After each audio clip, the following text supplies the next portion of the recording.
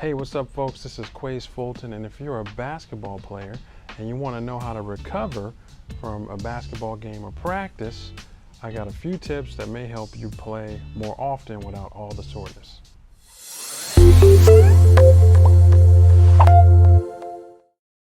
And today, if you are a young baller, a playground legend, on a women's high school basketball team, a college player, a casual player that just likes to shoot around with friends, or you just like getting a little cardio, shooting around by yourself, I got a few tips for you.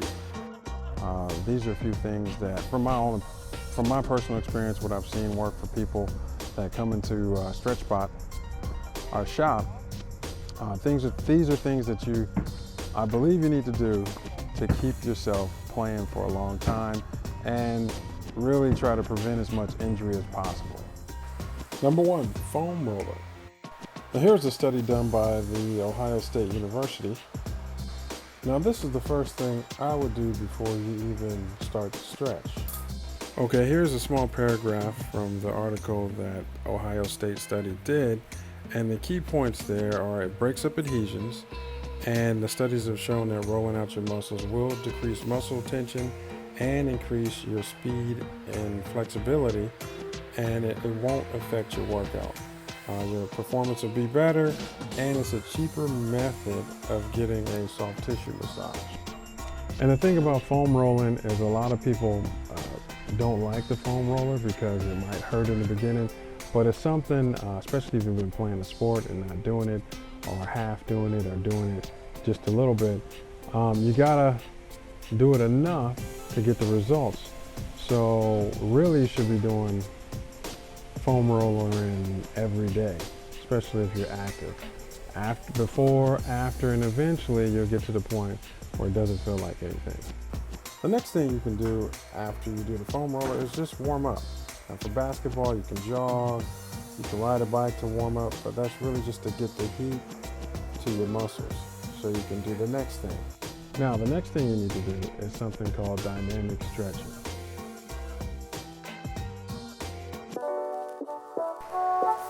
So doing these dynamic stretches can help you with a few things.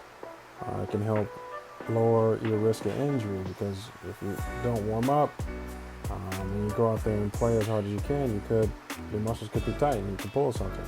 Improves your range of motion. If you're doing these moves all the time, your range becomes better because you're practicing your movements, especially for your sport.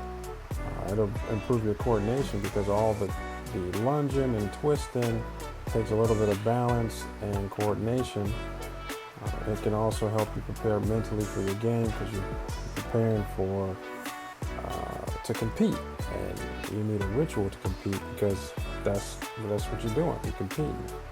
And then it'll improve your performance because you are making your muscles warm enough so you can go out there and play as best you can. And then it can help eliminate pain because if you have tight hip flexors, especially in basketball, you can actually end up having back problems.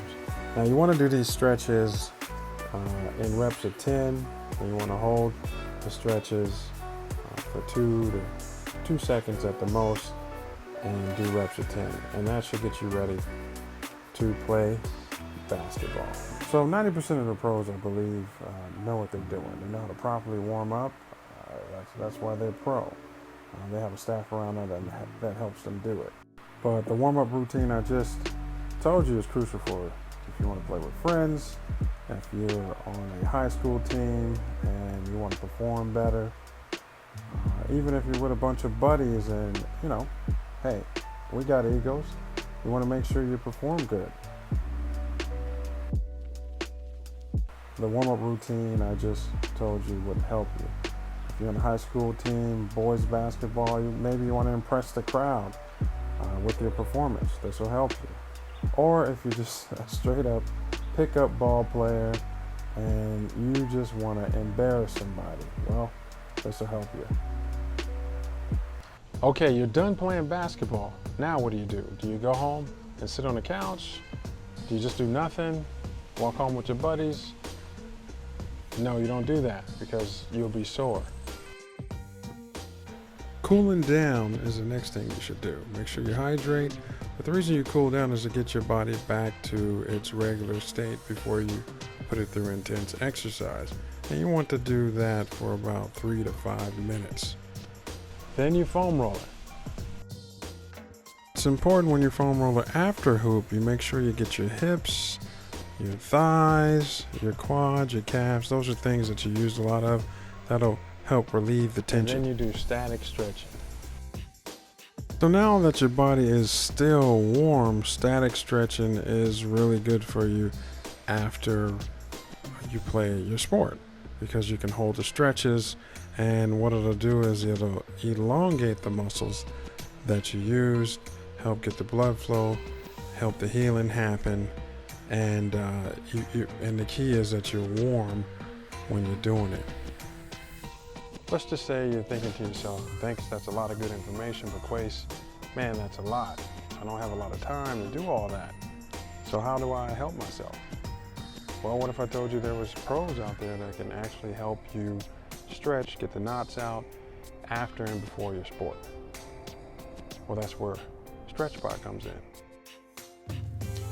When you come into StretchBot, the advantage is you have somebody working on you and reaching the places that you can't get yourself to get you a better stretch. Our professionals at StretchBot will do a mix of myofascial release to get all the knots and the adhesions out and stretch your body from lower half to the top half.